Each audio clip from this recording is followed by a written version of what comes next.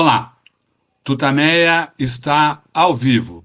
E antes de mais nada, nós reafirmamos nosso apoio e solidariedade à campanha internacional pela libertação do jornalista Julian Assange, preso político do imperialismo, campanha que está, neste momento, num período extremamente dramático, está em andamento em Londres o julgamento da extradição de Assange. Você pode acompanhar atualizações informações sobre o que está ocorrendo agora em Londres por esse perfil no Twitter, Free Assange, @Free Assange News. A gente tem hoje aqui a satisfação de ter a presença da Rula Shadid, aqui, que é uma ativista dos direitos humanos, codiretora do Instituto Palestino para a Diplomacia Pública, uma organização não governamental que atua na Cisjordânia, sediada em Ramallah. Bom, a gente vai conduzir a entrevista em inglês e a gente começa já agora. Rula, thank you very much for being with us. Just some minutes ago, less than one hour ago, the Security Council of the United Nations once again vetoed, United States once again vetoed a resolution demanding the ceasefire. It was 13 votes in favor of the resolution proposed by Algeria, one abstention, UK, and the expected veto by the USA. USA says that they are drafting a new resolution that would also ask for ceasefire. The Russian ambassador says that what the states are doing is giving Israel license to kill. Being for an organization for diplomacy, what do you make of all this? I think it's, well, first of all, thank you very much for having me. Unfortunately, we speak in extreme dire situation where our people, the Palestinian people, is witnessing an unprecedented genocide against our people, our children, our women. And it's what we saw today with the Security Council and the veto of the United States is not a surprising move. It is actually in consistency with the United States actions against the Palestinians. We do know that the United States is part of what's going on in Palestine, is supporting Israel in the ongoing genocide against Palestinians, whether it is with arms support or political support, diplomatic support, and economic support. So it has been very clear since the beginning of the genocide and early October that the United States is part of the war and genocide against our people, and they continue to be that. So this is what I and also this confirms our extreme disappointment and our extreme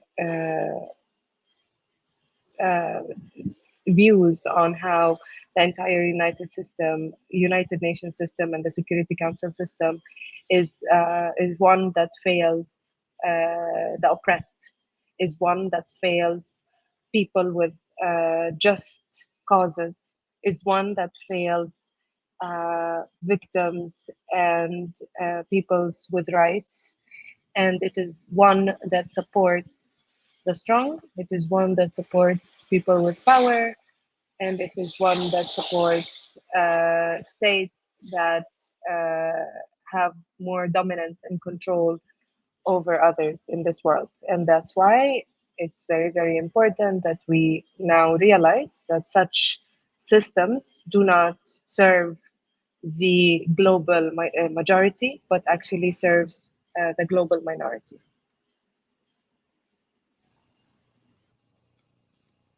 But do you believe this realization is coming to the people of all the world?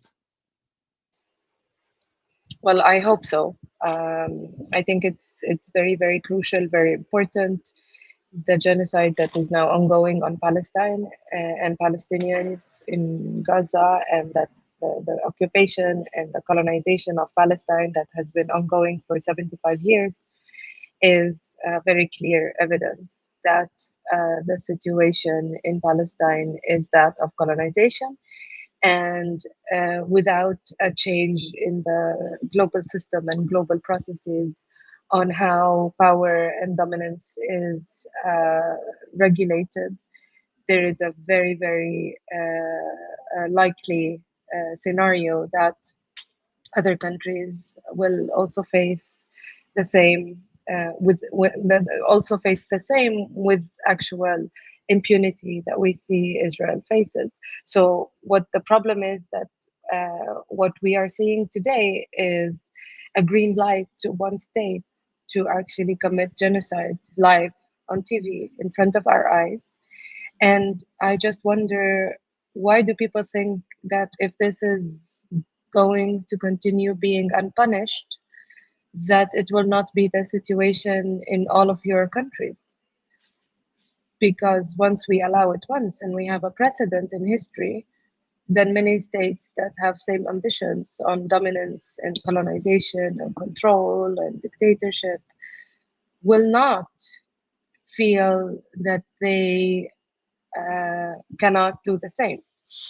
So I really hope that people, unfortunately, yes, in terms of the gravity and the catastrophe of our situation, it's unbelievable. But on the other side, I really hope that people now realizes that the system has failed us and the system will fail them if it continues to be in the same manner.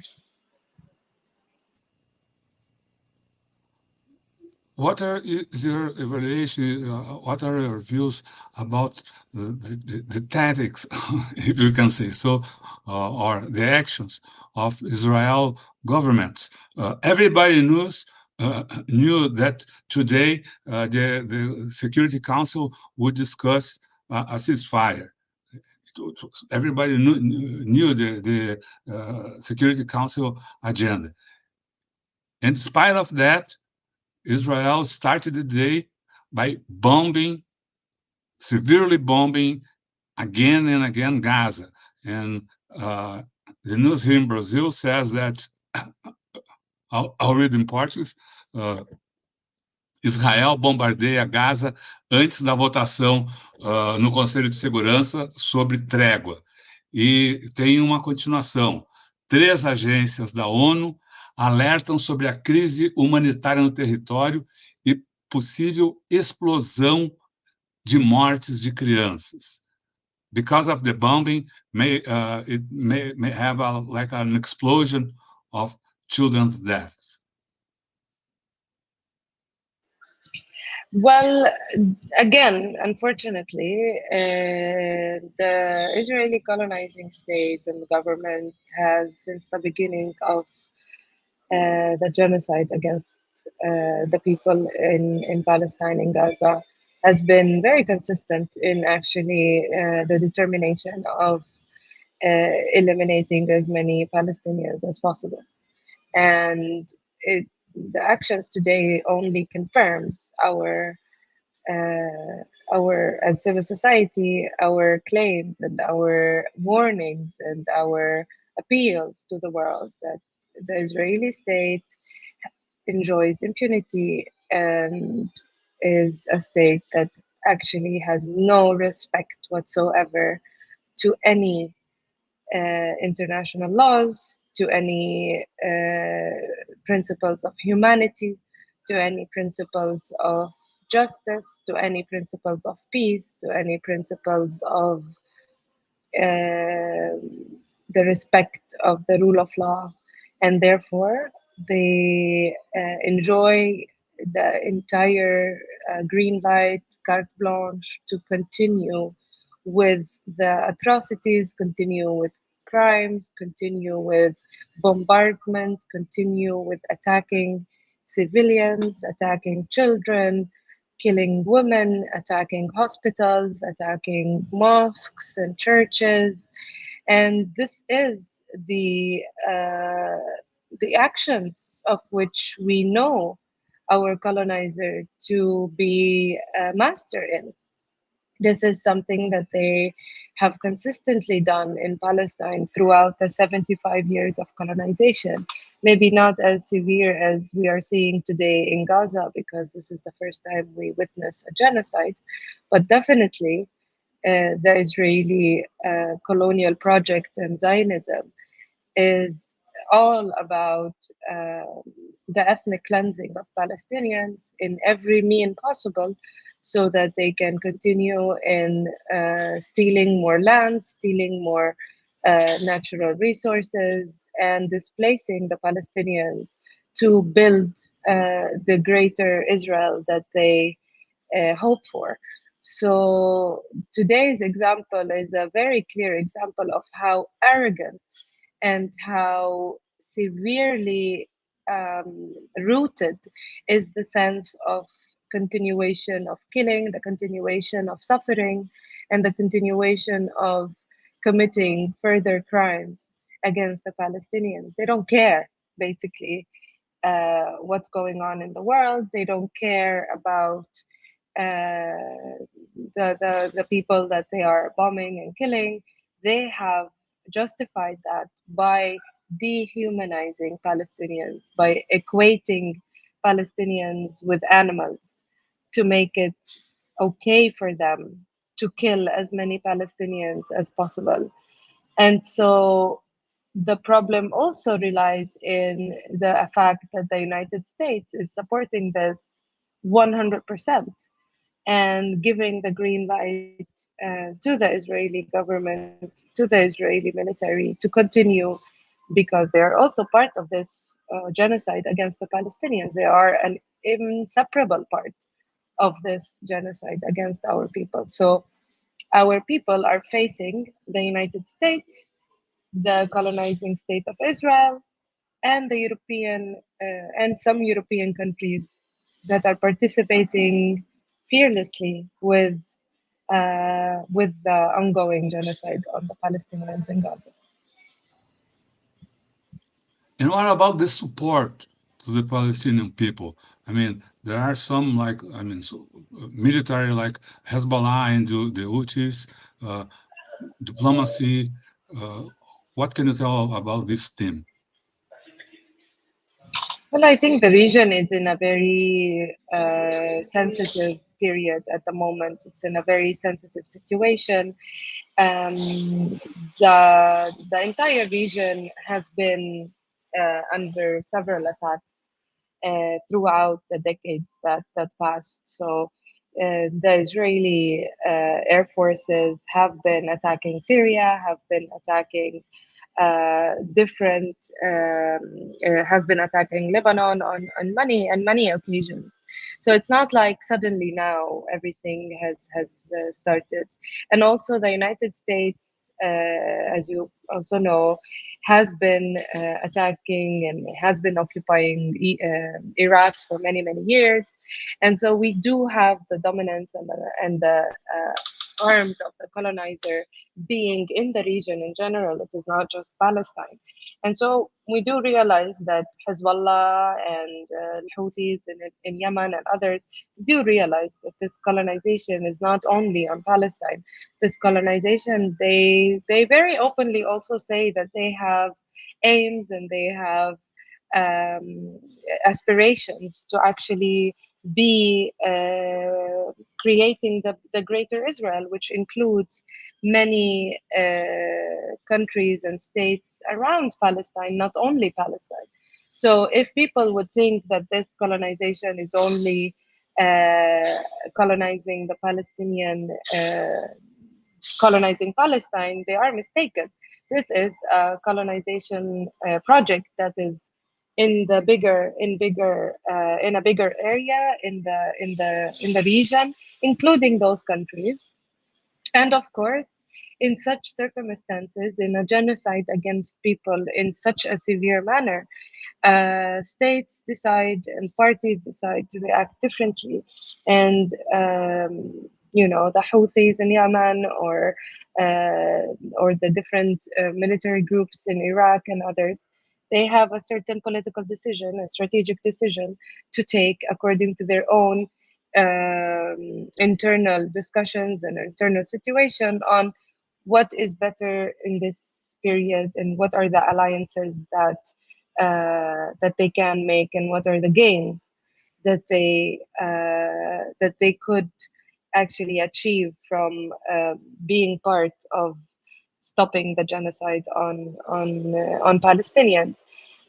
It's all about politics. It's all about interests, and what we have seen is that the Houthis in Yemen and others have decided that they wanted to take this political strategic decision to not leave the Palestinians alone on this, and also because they understand that the threat of this colonization power is not only on Palestinians.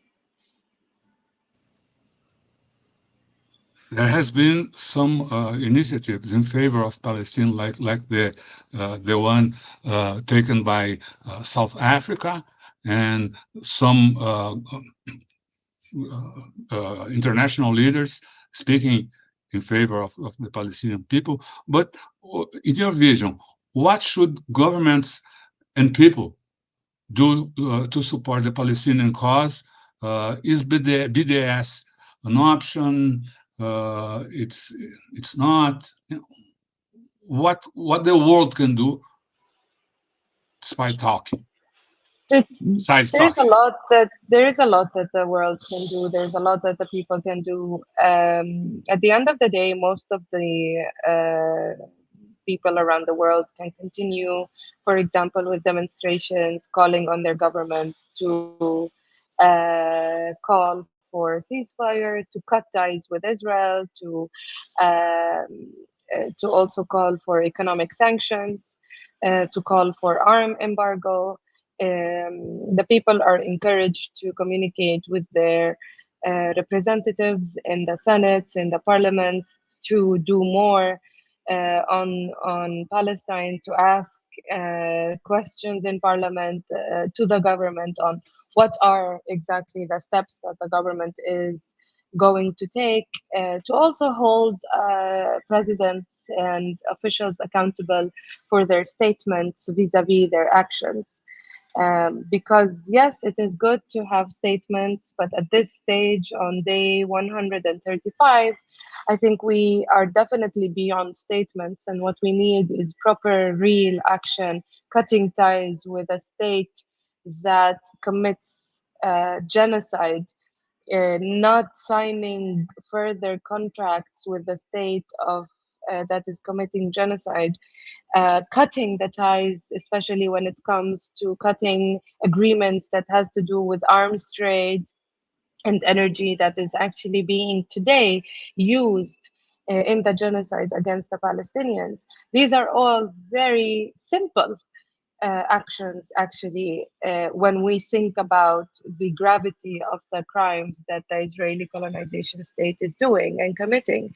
So there is a lot that can be done. Of course, BDS is another tool that can be used to put pressure on the Israeli colonizing state to reconsider and to stop the genocide and the actions against Palestinians.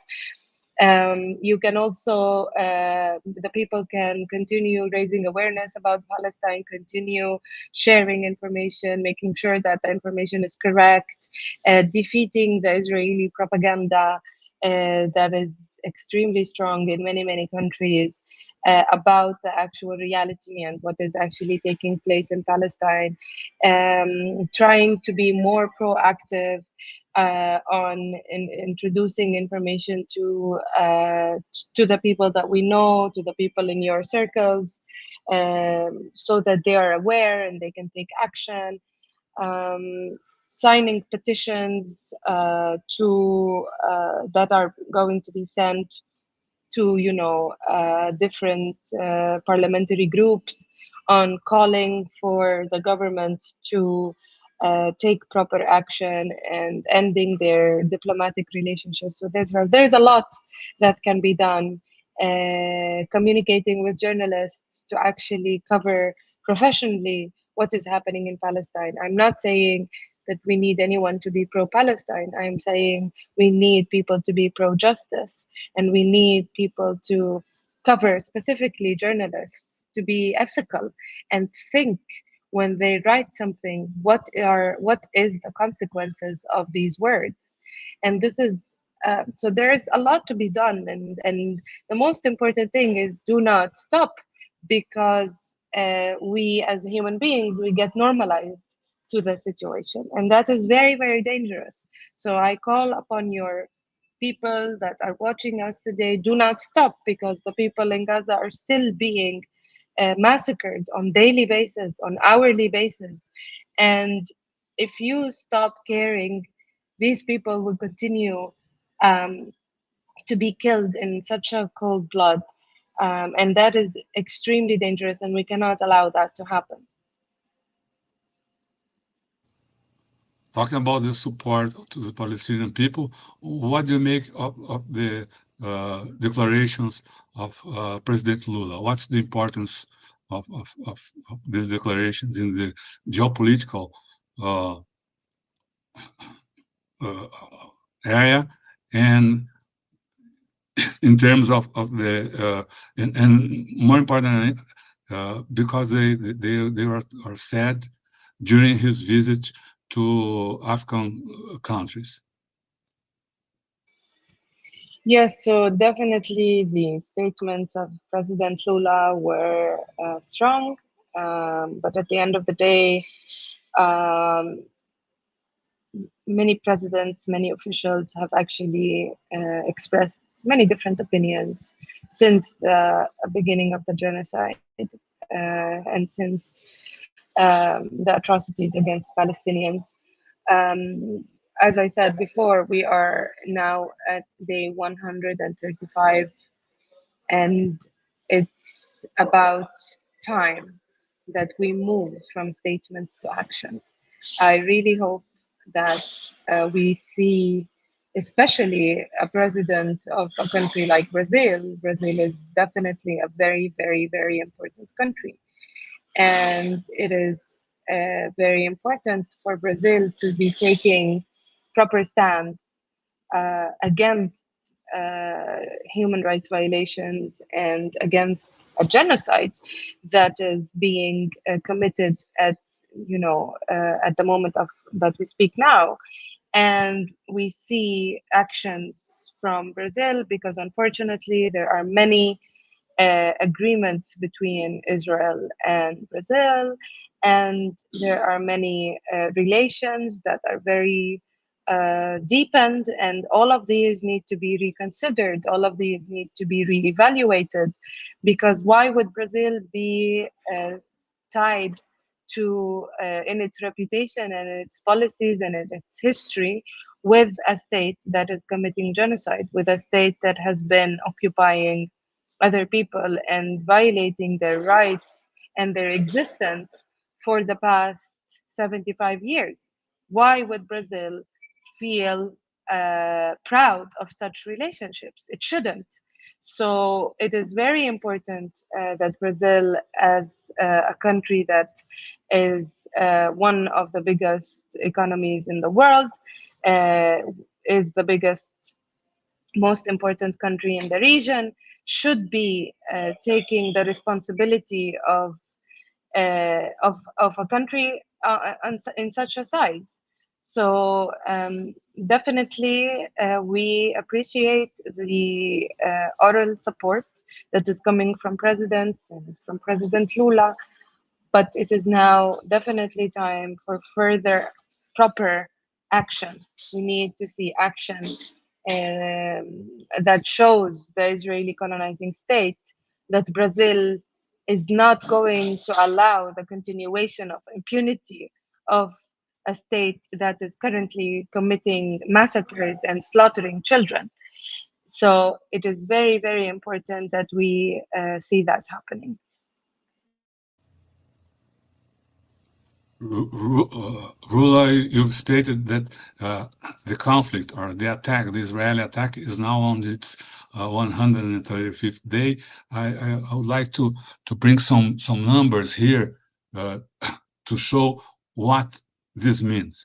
Eu vou apresentar, aproveitando que a nossa convidada falou dos dias de ataque, eu vou apresentar números do que significa isso. Esse é um boletim distribuído ontem à noite pela Embaixada da Palestina no Uruguai, dando conta que há mais de 29.100 pessoas assassinadas na faixa de Gaza, quase 399 assassinados na Cisjordânia.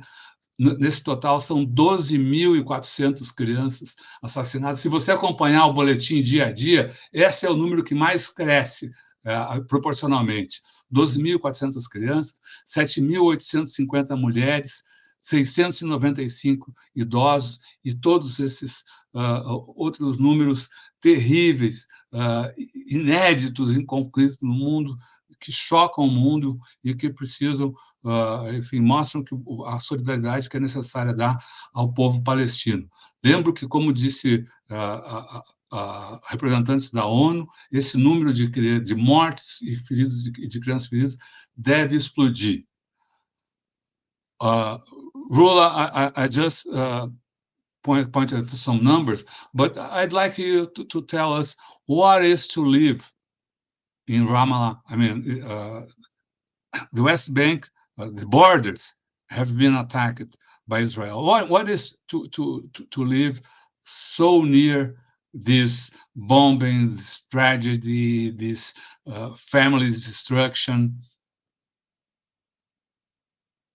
What your day-to-day life? Can you tell us a bit about your day-to-day life? Yeah. Well, I must just remind the people that are watching us that the West Bank and Jerusalem, including areas occupied 1948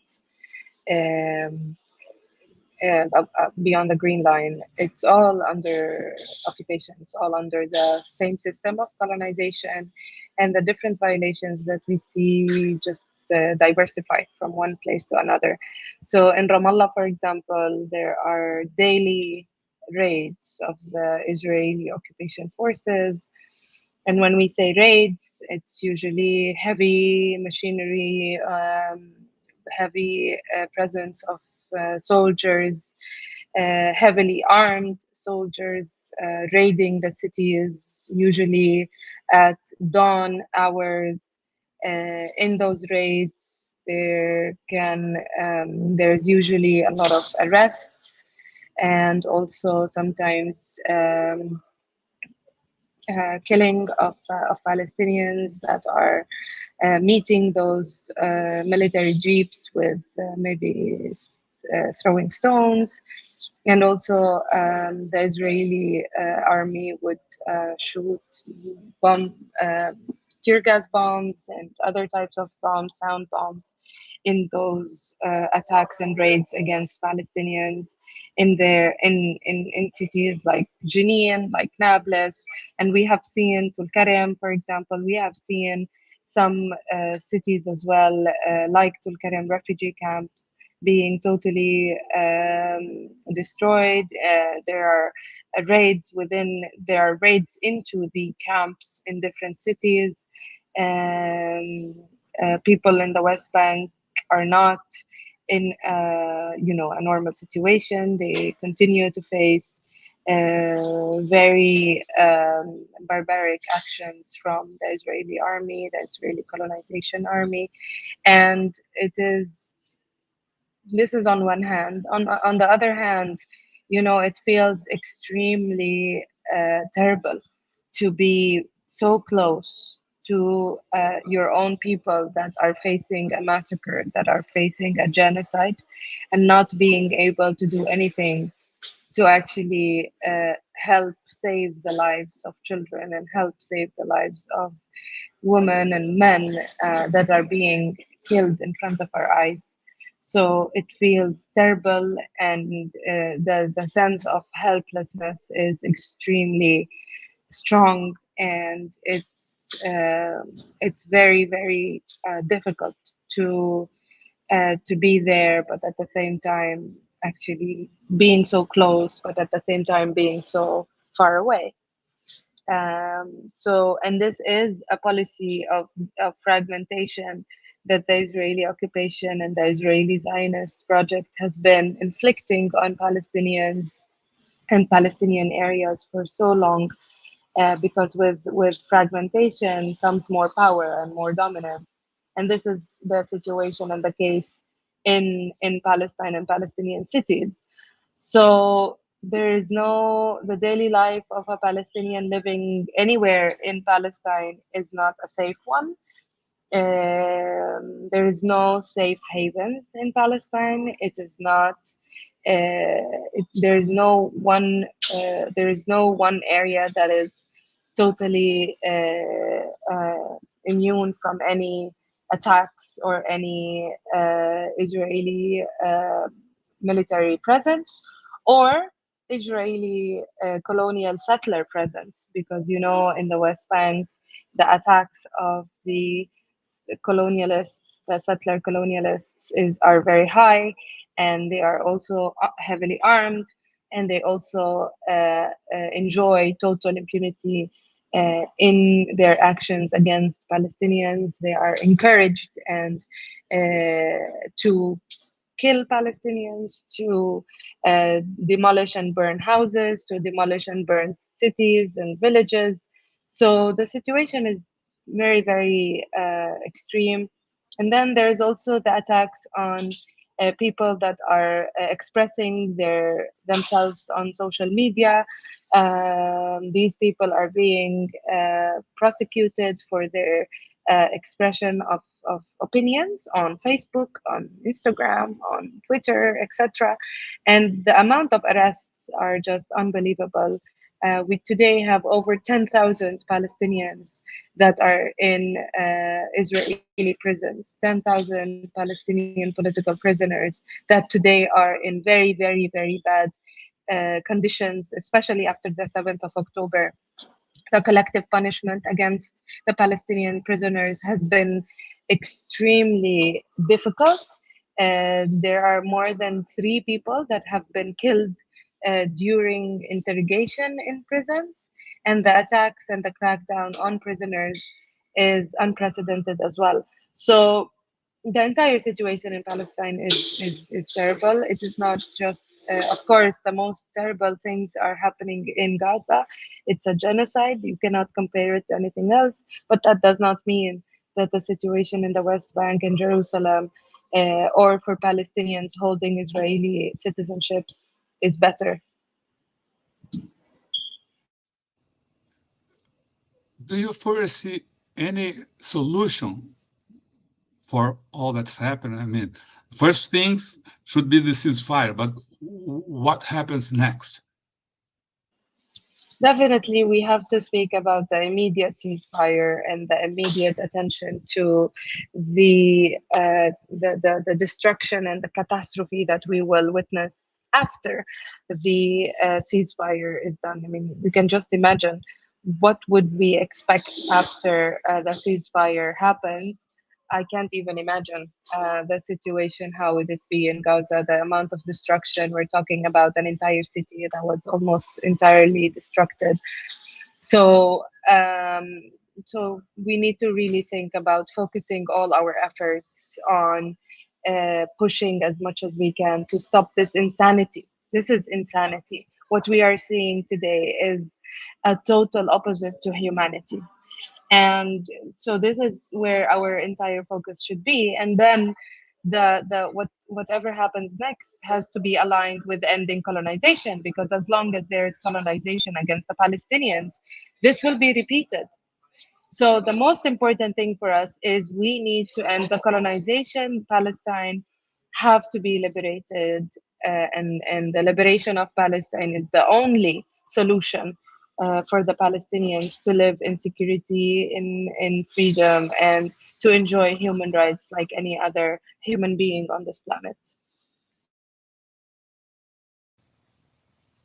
Well, you've been in Brazil for 4 days, and in a few minutes you are flying to Brasilia.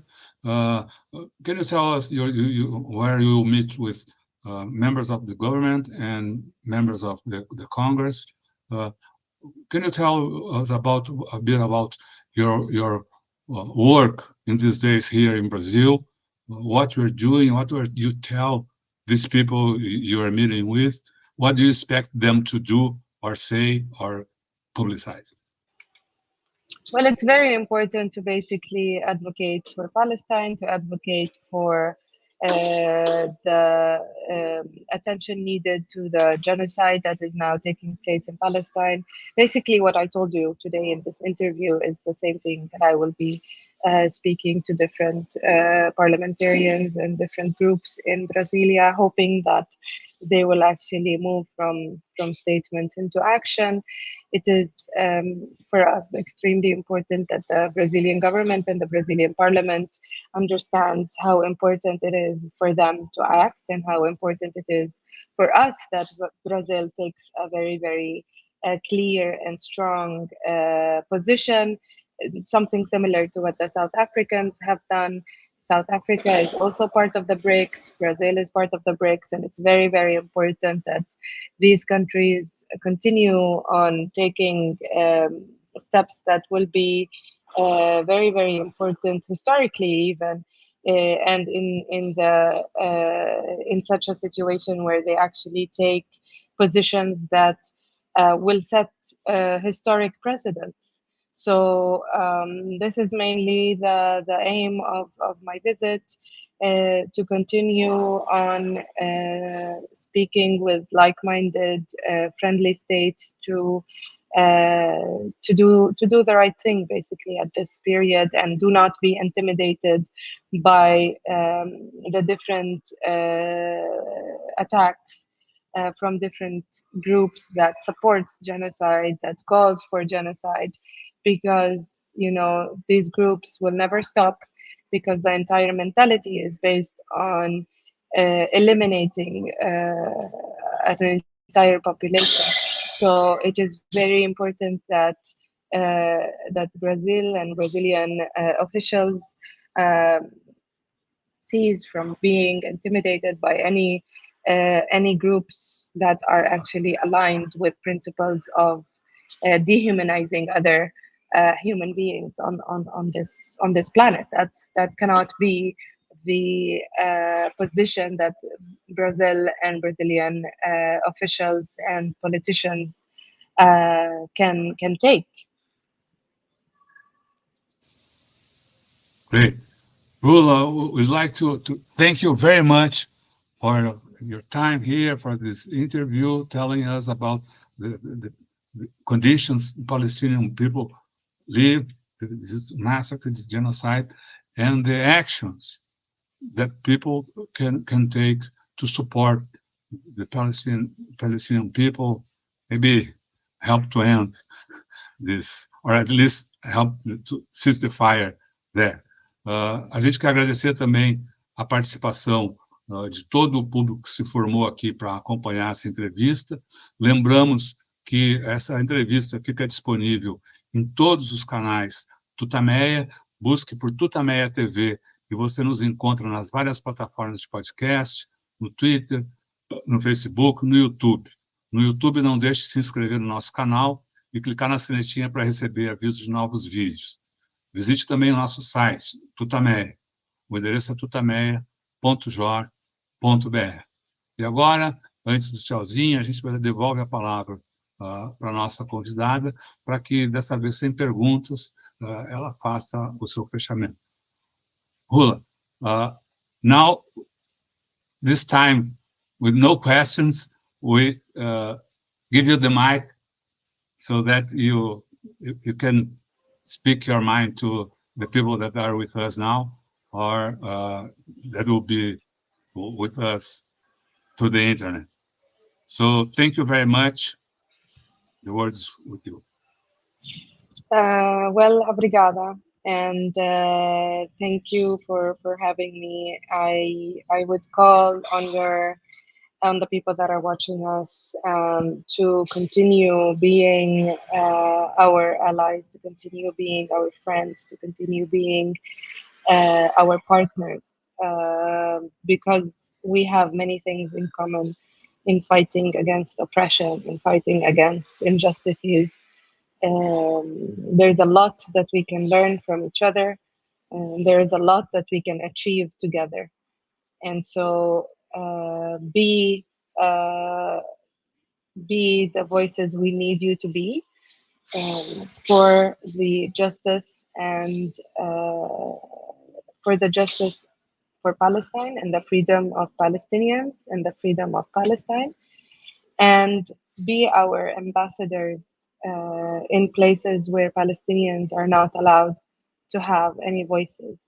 We invite you to know more about what's happening, continue following, continue pushing within your communities and within your parliamentarians and congressmen and women to push for ending the impunity of the Israeli colonizing state.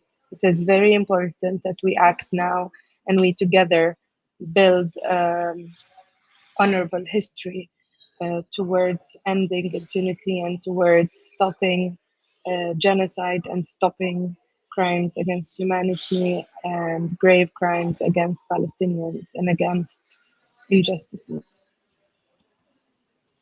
Thank you. Thank you very much. Good afternoon. Have a good Bye time in bye. Brazil. Tchau, Thank pessoal. you. Boa tarde.